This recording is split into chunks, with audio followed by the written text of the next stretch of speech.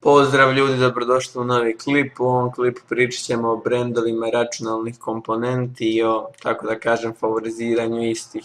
Sad, kao što znamo, i u svakodnevnom životu smo okruženi pojedinim brendovima, tako da kažem, koji se nameću, imaju jednostavno monopol na tržištu, bilo što da se to tiče, na primjer, proizvođača automobila, proizvođača, ne znam, nekih električnih uređaja koje koristimo u kućanstvu i tako to. Pa da krenemo, znači, neko će reći, na primjer, neću sad nijednog proizvođača spomenuti da ne je bila reklama, antireklama, nego jednostavno tako.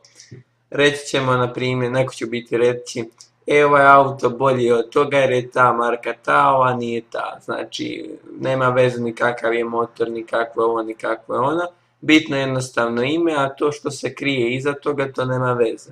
E sad, u računalnoj industriji nije nužno, recimo, kao i u svakodnevnom životu, da je nešto što je skuplje bolje.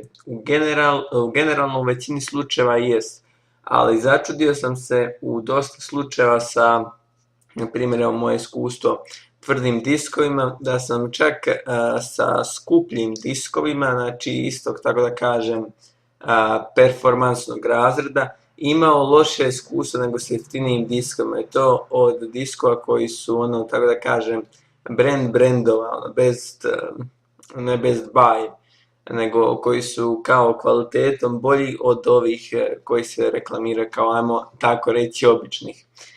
Tako da jednostavno poruka ovog, ajmo reći, nije tutorial nego klipa, može se reći tutorial, je ta da jednostavno ne treba letiti, tako da kažem, za imenom brenda. Jednostavno, ako imate, pošto svi sad u biti imamo internet, ne znam, kupujete neku komponentu, obavezno kada kupujete tu komponentu pogledajte u više dućana, ali prije svega ljudi, napravite, znači, tako da kažem, usporedbu s drugim komponentama, jer nije bitno, ja kažem, najgore vam je, nije bitno, ajmo reći, toliko cijena, najgore vam je kad vi nešto ugradite pa vi morate misliti, razmišljati, koliko će to dugo trajati, koliko će biti pouzdano ovo, ono.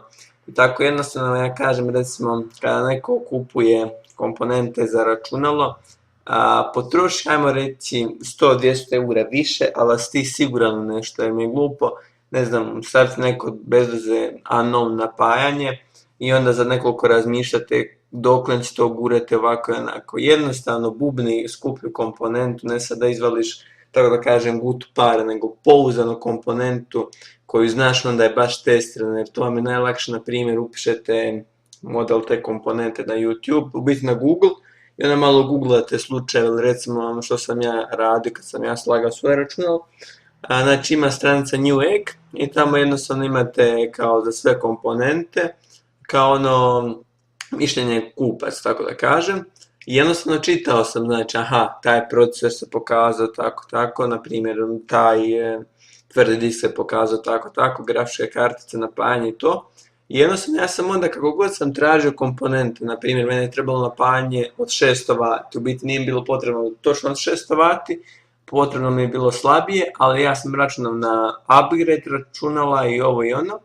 Ja sam, znači, na primjer, tražio napajanje 600 W, gledao sam sve brendove koje god su bili mogući i uspoređivao, znači, iskustva sa, na primjer, ajmo reći, ne sad da nije reklama, znači s Corsairom, Cooler Masterom, nije bitno dalje.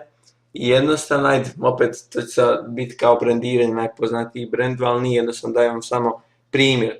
I kad sam se ja uklopio, znači, između tih svih proizvođača, našao on, tako da kažem, zlatnu sredinu, najbolje za novce, ja sam našao sebi napajanje, kupio i evo, napajanje radi samo tako.